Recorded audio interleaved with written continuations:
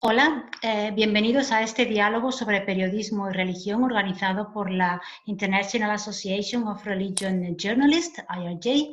Vamos a hablar de religión y de pandemia en América Latina en una conversación entre periodistas que forma parte de una serie de diálogos regionales. Algunos ya se han realizado, son los relativos a Asia, Norteamérica y Europa, y a este seguirán otros sobre otras regiones, en África subsahariana, el Mediterráneo, Asia-Pacífico y Oriente Medio. En general estos diálogos se hacen en inglés, pero este lo hacemos en español. Mi nombre es María Paz López, soy periodista del diario La Vanguardia de Barcelona, pero no les hablo desde España, sino desde Berlín, pues ejerzo de corresponsal en Alemania. Antes de eso fui corresponsal en Italia y el Vaticano y llevo vinculada al periodismo de religión desde hace 20 años. Nos acompañan tres periodistas latinoamericanos de amplia trayectoria profesional. Saludamos en Ciudad de México a David Ramos, periodista peruano, editor y corresponsal en México de la Agencia Católica de Información ACI Prensa, que forma parte de EWTN, la red de televisión católica más grande del mundo. David trabaja para ACI Prensa desde hace casi 10 años, los dos últimos con base en Ciudad de México, y ha viajado para cubrir las visitas del Papa Francisco a Ecuador, Paraguay, México, Colombia, Chile, Perú y Panamá.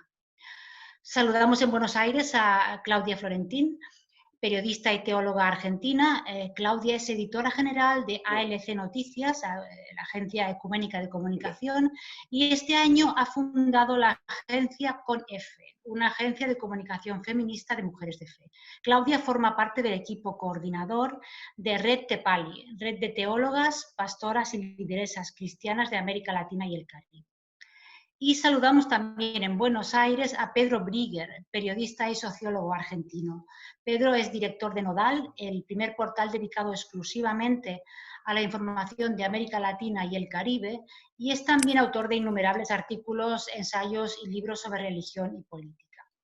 Nuestros tres panelistas trabajan en medios que de un modo u otro cubren toda América Latina y el Caribe, así que poseen una visión de conjunto que va más allá de sus respectivos países. Empecemos pues. David, por favor, ¿qué contribuciones significativas se están haciendo o han hecho las instituciones religiosas y las comunidades de fe para el bien común durante la pandemia?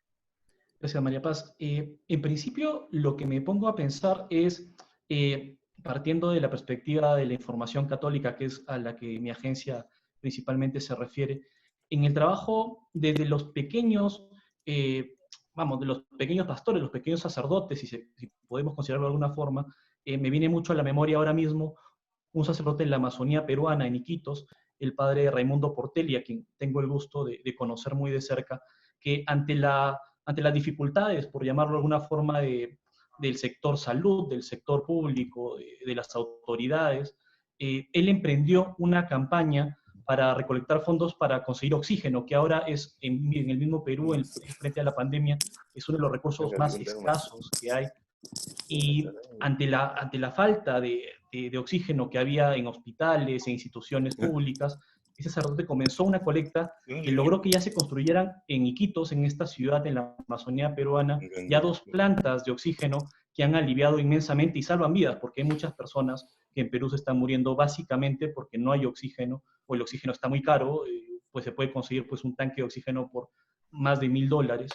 Entonces, estas situaciones críticas han llevado a que la Iglesia haga este tipo de trabajos que son vitales y se pueden hacer justamente de la perspectiva de confianza que tiene la Iglesia.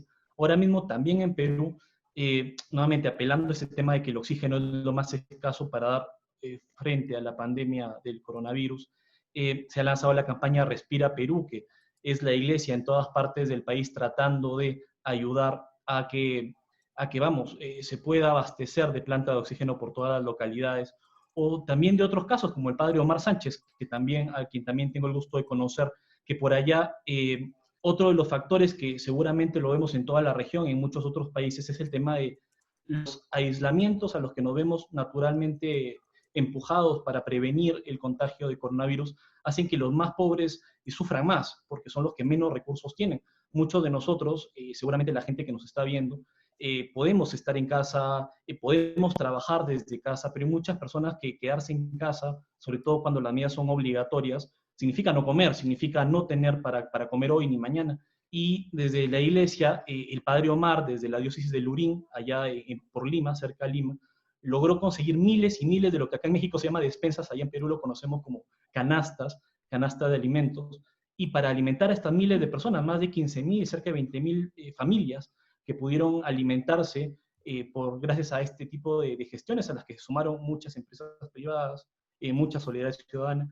Aquí en México, por decirlo de otra forma, donde la crisis no es tanto como oxígeno, la falta de oxígeno como recurso, como es en Perú, por decirlo, y en otros países, la iglesia se ha enfocado más en el tema de despensa, de alimentos, y ahora mismo algo que me parecía muy singular, que es gestionar bolsas de trabajo, es decir, en México se han perdido ya más de 1 millón de empleos, entonces lo que ha hecho la iglesia es establecer un puente entre empresarios y las personas que estén buscando trabajo, y también microempresarios. Entonces, aquel que requiere un empleo puede buscar a través de la iglesia, a través de un servicio que ha instalado la iglesia, empleo, y los que están buscando trabajadores también pueden aportar ahí.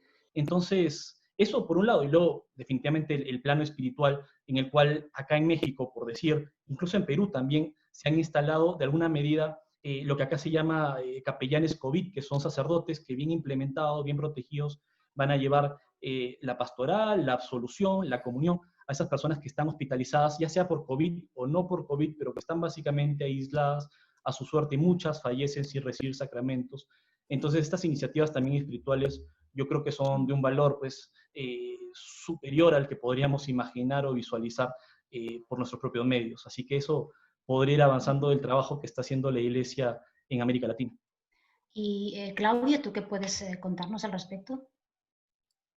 Pía, mira, con respecto a lo que decía David, creo que también en el ámbito ecuménico, que es el ámbito en el que yo cubro la información, o sea, de distintas organizaciones e iglesias de distinta denominación, creo que hay un factor que tiene que ver con el factor espiritual. Me decían muchos pastores y pastoras la importancia que ha cobrado el tema de los grupos de oración, por ejemplo, en este tiempo, y también todo lo que el desafío que ha sido para las iglesias pasar toda esta tarea pastoral al ámbito de la virtualidad, ¿no? Con todo lo que eso trae de dimensiones de complejidad. Eso sería para analizarlo en un panel completo, ¿no?, de comunicación. Después está la dimensión diacónica, que por ahí es la dimensión que David decía, las canastas, todo lo que es el trabajo que se ha hecho, inclusive también en los sectores campesinos de América Latina y el Caribe, donde las iglesias están presentes con semillas, con ayudas específicamente para que la gente pueda tener su autosustento. Y eso creo que lo podemos ver multiplicado por centenares de proyectos también de organizaciones basadas en la fe que se han unido con iglesias, inclusive con empresas privadas, como decía David. Y una dimensión que yo quisiera rescatar, para correrme un poquito tal vez de lo que ya David nos hizo un buen panorama, es la influencia que vi crecer en este tiempo de la incidencia público-política de algunas iglesias. Sobre todo pienso en Brasil y en Colombia, dos países que nosotros acompañamos mucho con nuestra agencia de noticias, donde las iglesias se han puesto, iglesias y organizaciones basadas en la fe, se han puesto al hombro la denuncia y el acompañamiento del abandono estatal a determinadas poblaciones, por ejemplo, poblaciones negras, poblaciones indígenas, poblaciones rurales, campesinas, y las iglesias están ahí, acompañando no solo lo material, sino en la incidencia público-política para denunciar esto. Y a mí eso me parece sumamente valioso. Creo que muchas lo venían haciendo con otros temas antes, pero en la pandemia, en la que se vio este abandono del Estado en determinados lugares de América Latina, las iglesias también han cobrado un rol muy importante de distintas denominaciones, ¿no? Todo lo que está pasando en la Amazonía ahora, donde la Iglesia Católica tiene una fuerte presencia a través de la red panamazónica, pero también está acompañada por muchas organizaciones e iglesias ecuménicas que están apoyando esa tarea para decir que está pasando esto en plena pandemia, que eso no nos desvíe la mirada de lo grave que está pasando en América Latina y el Caribe. Y Pedro, ¿tienes algo tú que añadir?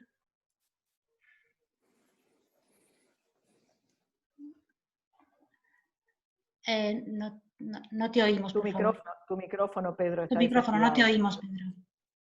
Ahí. ¿Ahora me escuchan? Sí, ahora, sí. Perfectamente. Creo que un elemento central para tomar en cuenta de cómo están actuando las diferentes iglesias es separar dos elementos tal vez.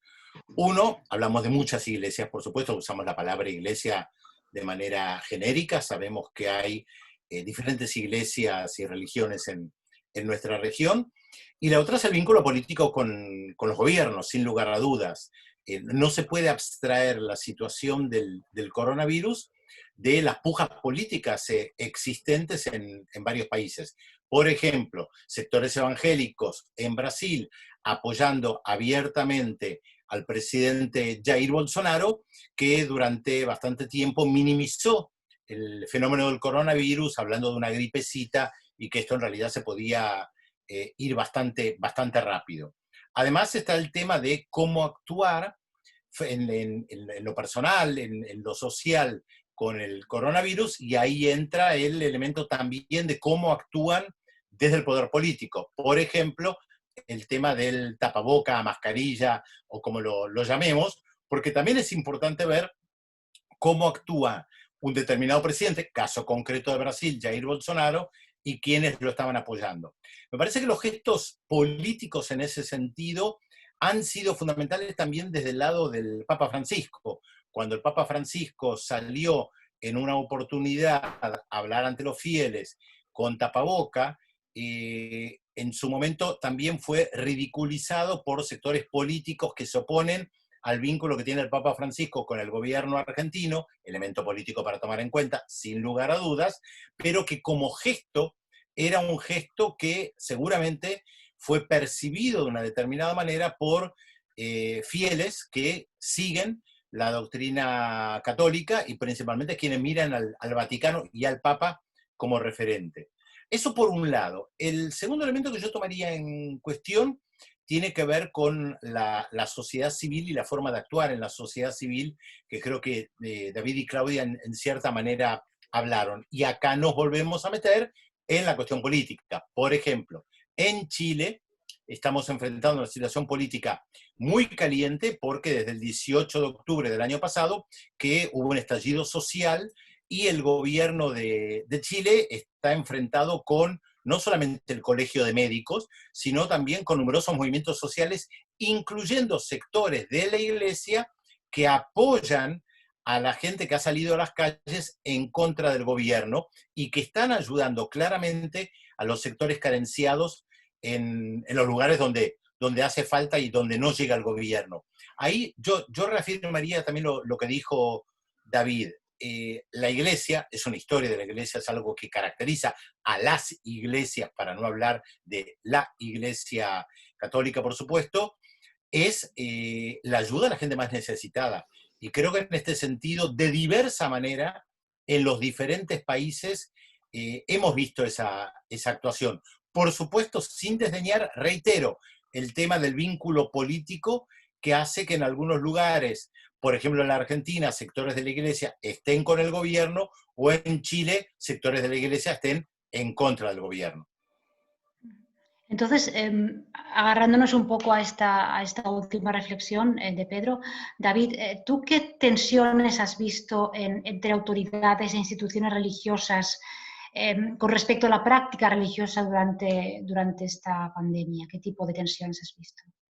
Pues en algunos casos, pienso particularmente en Sudamérica, en Colombia, sobre todo en las zonas más urbanas, también en Perú, en lugares donde está fuertemente restringido el culto público, pues vamos que ya cada vez hay más una sensación en la feligresía de incomodidad, de inconformidad con las autoridades, de una suerte de pleito político. Y vamos, algo de razonable hay en el tema de por qué se puede ir a ciertas actividades, tipo puedo pasar tiempo en el súper, en algunos lugares puedo ya ir ciertamente a actividades públicas como al cine, y aún así no me permites ir a misa, ir a mi culto, ir a la actividad religiosa de la iglesia, de la religión a la que yo pertenezco.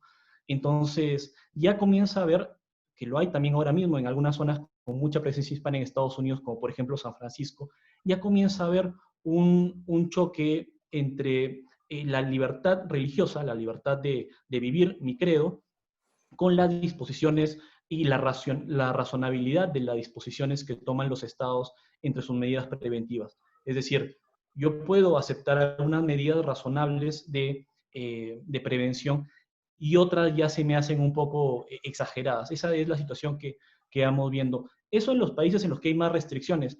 En otros, como acá en México, por ejemplo, más bien lo que se ha dado es de alguna forma, cada quien aborda sus responsabilidades. Como digo, la iglesia acá está trabajando algunos temas sociales y está dejando los temas de salud principalmente a las autoridades sin tratar de entrar mucho en conflicto. Ha habido algunos problemas, como en esto que lo mencionaba, de los capellanes que asistían a los hospitales, en algunos temas de permisos, pero era muy ligero.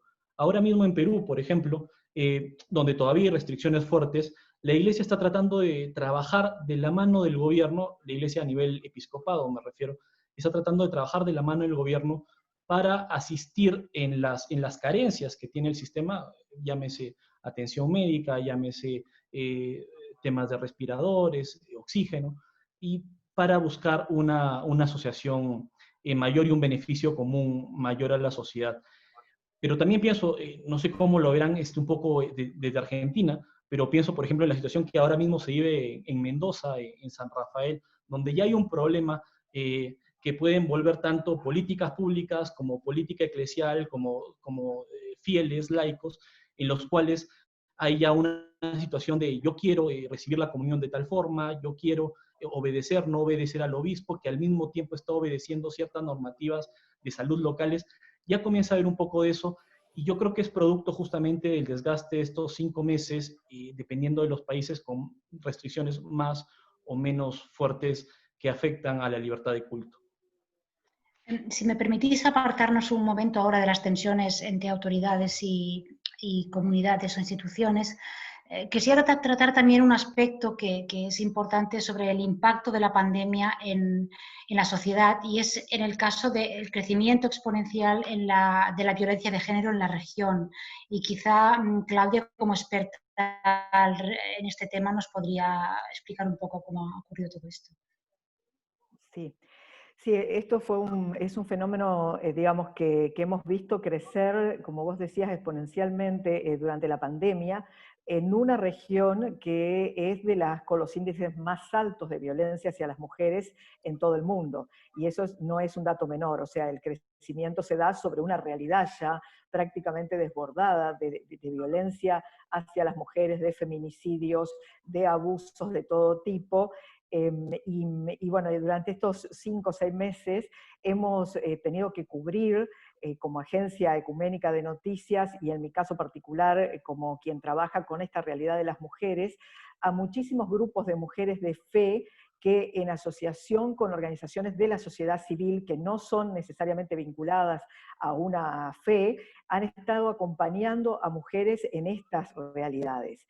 Debo decir que no he visto más que algunas aisladas iniciativas de iglesias, y como dijo Pedro, hay que recalcar siempre que cuando hablamos de iglesias, hablamos de iglesias de distinta denominación, porque en América Latina cuando se dice iglesia habitualmente parece que es solo la iglesia católica. Acá estamos hablando de iglesias de distintas familias confesionales, y la verdad que no he visto una acción tal vez que pudiera salir a dar respuesta a esta realidad en este tiempo de pandemia, ni antes de este tiempo de pandemia.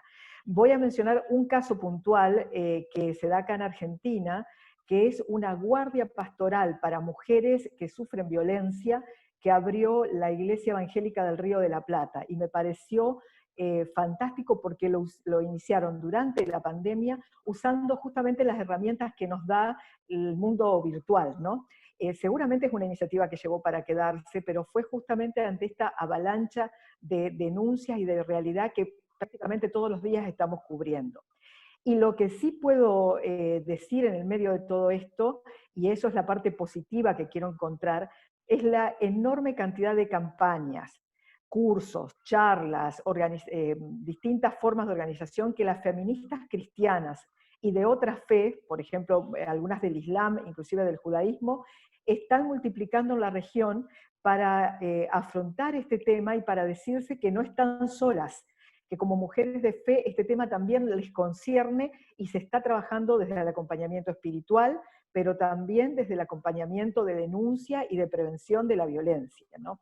Y eso, María Paz, yo creo que es muy importante. Yo creo que la pandemia le ha dado un fuerte empuje al movimiento de las mujeres de fe feministas, porque existimos las mujeres de fe feministas en América Latina, que están creciendo y se están juntando virtualmente en una movida que yo creo que va a superar ampliamente la realidad de la pandemia. Y honestamente yo por eso agradezco, es el lado bueno que le encuentro a la pandemia. Nos encontró en esta realidad y nos permitió usar estas herramientas para decir, como mujeres de fe, dentro de las que yo me identifico, estamos trabajando también para prevenir la violencia, aunque nuestras instituciones eclesiales todavía parece que están mudas y sordas con respecto al tema en la mayoría de los casos, ¿no? Pedro, volviendo al tema de las tensiones que han podido surgir, vemos las tensiones muchas veces como unas autoridades que intentan decretar unas normas de protección de la salud pública y unas comunidades de fe que pueden no aceptar los elementos más drásticos o incluso elementos muy sencillos de esas normas. Sin embargo, en el caso de las gobernantes negacionistas es un poco al revés, ¿no? Es un poco el contrario, son las comunidades, las instituciones religiosas las que están pidiéndoles a personas como, por ejemplo, Bolsonaro que corrijan su actitud, ¿correcto?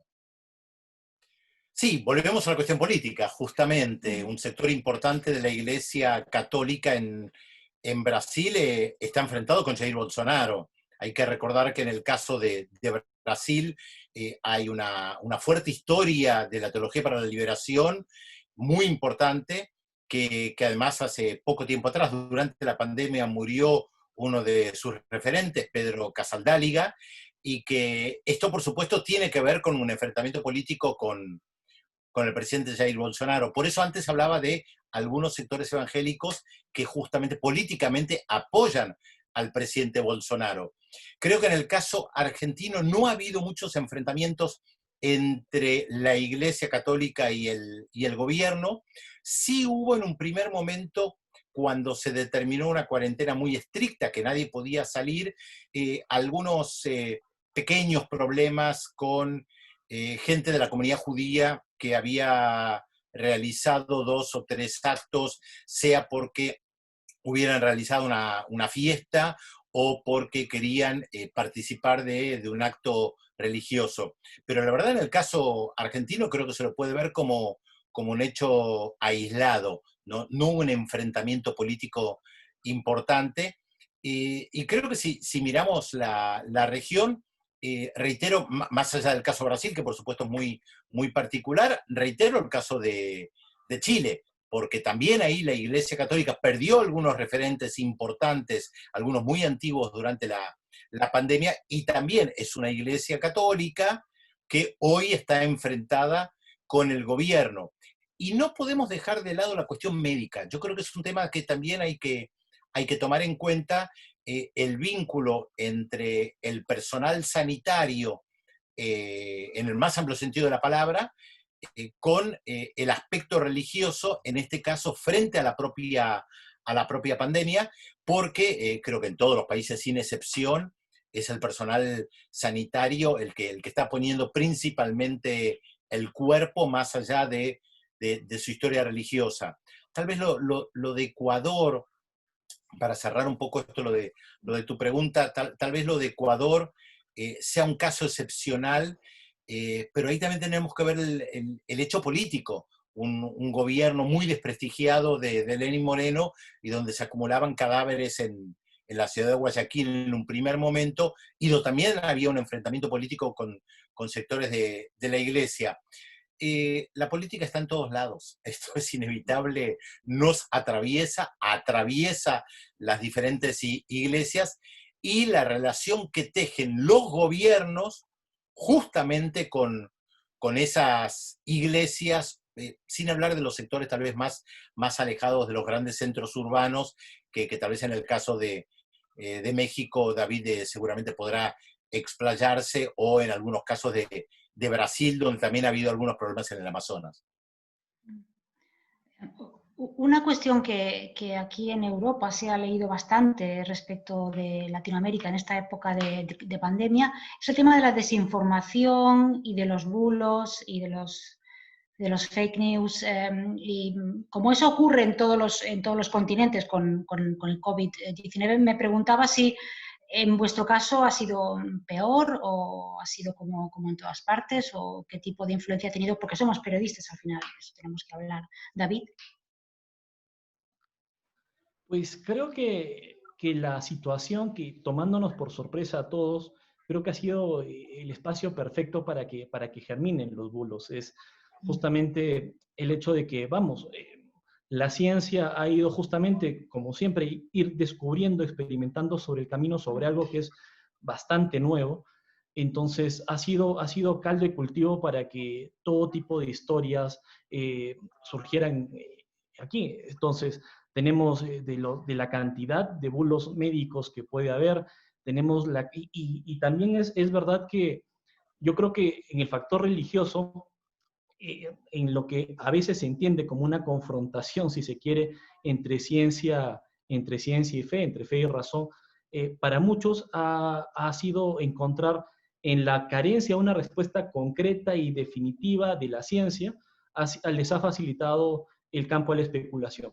Entonces, el hecho de que, vamos, hace algunos meses, como también lo decía acá un reconocido médico mexicano, el doctor Alejandro Macías, que fue el SAR contra la influenza en 2009, él mismo decía, hace 5 o 6 meses, quizá a inicios de año, uno podía decir, no, el uso de la mascarilla, por ejemplo, es efectivamente, pues no necesariamente tan bueno, lo decían los CDC en Estados Unidos, y ahora es todo lo contrario. Y es porque, vamos, la ciencia tiene este progreso natural, pero en el camino nos encontramos todas las, si se quiere llamarlas así, supersticiones, basadas en que, bueno, ok, entonces la mascarilla es mala, la mascarilla, seguramente todos han escuchado esas informaciones por ahí, la mascarilla más bien me mata porque estoy respirando mi propio dióxido de carbono, ahora una de las más populares es el uso del dióxido de cloro como medida preventiva o para curar supuestamente el coronavirus. Entonces pasan esas cosas. Y llevándolo un poco más al tema religioso, también pasa en temas de fe. Por ejemplo, nosotros abordamos muy seguido noticias falsas referentes a mensajes del Papa Francisco. Y nada más comenzando la pandemia, me parece, digamos, la parte más crítica para el lado de América Latina de la pandemia, surgió una historia de que el Papa tenía una oración pidiendo una cosa como que la sangre de Cristo nos proteja, y con esa oración el Papa aseguraba que ya estábamos todos protegidos del coronavirus. Eso obviamente era falso, pero se difundió mucho a través de WhatsApp, de Facebook y todo esto. Y como digo, es producto, yo creo que el hecho de que la pandemia, la situación de este coronavirus nuevo, nos haya cogido a todos desprevenidos, a científicos desprevenidos, que ha facilitado que la especulación, que la creatividad, si se quiere, para bulos. Yo siempre trato de pensar que muchos de estos parten de la mejor de las intenciones, aunque tengan el peor de los resultados, pero que mucha gente, pues, en su desinformación cree este tipo de especulaciones, y lamentablemente eso puede llegar efectivamente a costar vidas. Y eso, yo diría que un poco ese es mi análisis de cómo este tema ha sucedido y ha impactado definitivamente las comunidades de fe en América Latina. Y Claudia, ¿puedes Sí, decirnos sí, algo sí, sobre esta rapidito. cuestión? Sí, yo creo que lo que a nosotros nos pasó desde un ámbito más ecuménico, digamos, fue por ahí tener que estar rechazando de alguna manera también la publicación y demás, porque obviamente hay un criterio editorial para esto, las lecturas tremendistas de los textos bíblicos, ¿no? O sea, todo apocalíptico. Entonces, el texto bíblico da para que vos puedas decir lo que tengas ganas de decir, si le haces una interpretación rebuscada. Y entonces había aparecido mucho de esto, de la cuestión tremendista, del apocalíptico, y bueno, hay que trabajar bastante sobre eso. Y bueno, yo creo que acá nos trae un tema muy fuerte en América Latina, que también daría para otra cosa, que es que las iglesias, las comunidades de fe cristianas tienden a los binarismos, ¿no? Lo bueno y lo malo, lo demoníaco y lo no demoníaco, bueno, lo que te salva y lo que te pierde, y ese realmente, con un continente donde la iglesia tiene más del 50% de credibilidad en la población, es una influencia que puede ser usada para cosas muy buenas o para cosas muy malas. Entonces yo creo que ahí está uno de los grandes riesgos que tenemos en el trabajo de comunicación religiosa en América Latina. Y Pedro, para cerrar esta ronda. Sí, yo agregaría un elemento para diferenciar respecto a las noticias falsas.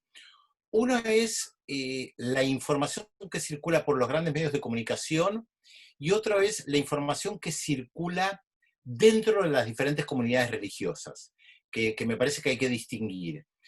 Para tomar un ejemplo concreto, en prácticamente todos los países de la región, me atrevería a decir que en toda América Latina y el Caribe, por lo menos en la parte donde se habla castellano y portugués, hay radios con una fuerte influencia, radios evangélicas, con una muy fuerte influencia sobre sus fieles, y que están en televisión y en radio. En radio por lo general se los puede escuchar más a la noche, pero en muchas ondas se los puede sintonizar también durante el día.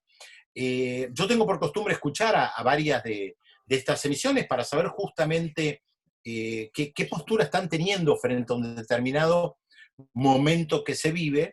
Y para mi asombro, en muchas de las emisiones que escuché, reconozco que obviamente no escuché ni todas las emisiones ni de todos los países, el coronavirus parece no existir. Parece haber un mensaje de la salvación personal como si no hubiera coronavirus. No es que hablen en contra del coronavirus o a favor, pasa siempre por la salvación personal en muchos de estos programas de radio y televisión. Pero por otra parte, también hay que resaltar que en un movimiento en contra del uso de la mascarilla en varios de nuestros países de América Latina, creo que no hay una visibilidad de los movimientos religiosos. Corríjanme, David y Claudia, pero me parece que esos movimientos están más liderados por así llamados libertarios que no necesariamente profesan una religión. Yo no sé si alguno de nuestros países de la región podemos decir que hay algún movimiento religioso que encabece la lucha en las calles en contra del uso del tapabocas. David, Claudio, no sé si lo hay, me parece que no lo hay. Y esto es un detalle para señalar, porque esto quiere decir que no hay visibilidad de estos grupos oponiéndose a la lucha establecida desde los gobiernos en contra del coronavirus. Un poco tal vez retomando lo que decía David antes.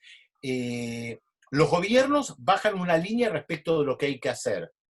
No parece haber un enfrentamiento, por ejemplo, en el caso de los tapabocas, con los sectores religiosos, dejando tal vez de lado el caso de Brasil, que es muy particular, pero muchos de los grupos evangélicos están en sintonía con el gobierno de Jair Bolsonaro. Por eso resalto que los movimientos en contra de, que plantean que el coronavirus es toda una gran conspiración, que el coronavirus es un gran invento, que no hay que usar tapabocas, como se vieron manifestaciones también en el Reino de España o en Alemania, en América Latina, no están encabezados por movimientos religiosos, pero tal vez Claudia y David pueden complementar lo que yo diga. Obviamente yo tampoco sé lo que pasa exactamente en cada uno de los países con cada uno de los movimientos.